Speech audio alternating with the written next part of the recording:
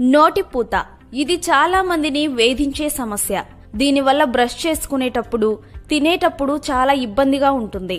అయితే ఈ సమస్య ఎందుకు వస్తుంది, దీని నుంచి ఎలా ఉపశమనం పొందాలి, ఈ వీడియోలో తెలుసుకుందాం. నోటిపూత రావడానికి అనేక కారణాలు ఉన్నాయి.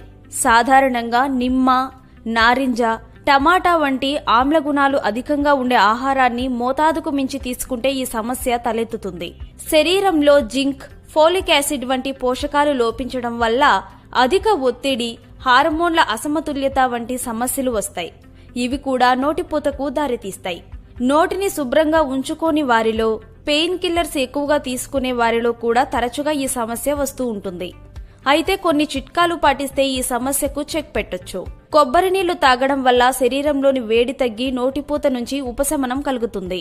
నోటిపూత ఉన్న చోట కొబ్బరి నూనె రాయడం, కొబ్బరిని ఎక్కువసేపు నమలడం వల్ల కూడా ఈ సమస్య నుంచి త్వరగా బయటపడొచ్చు. పూత ఉన్న ప్రదేశంలో నెయ్యి రాయడం, ప్రతిరోజు 2 నుంచి 3 సార్లు 1 గ్లాసు చొప్పున మజ్జిగ తాగడం వంటివి చేసినా సత్వర ఉపశమనం లభిస్తుంది.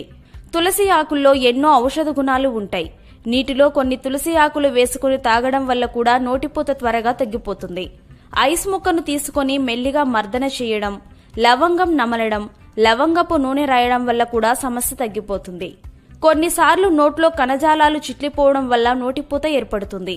ఇలాంటి సమయంలో అక్కడ కణజాలం తిరిగి ఏర్పడడానికి తేనె చాలా బాగా ఉపయోగపడుతుంది. ఇందులో ఉండే మైక్రోబియల్ గుణాల వల్ల నోటిపూత పూర్తిగా తగ్గిపోతుంది.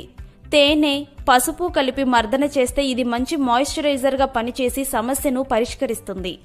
అన్నింటికంటే ముఖ్యంగా నోటిపూత తగ్గిపోవాలంటే నోటిని పరిశుభ్రంగా ఉంచుకోవాలి.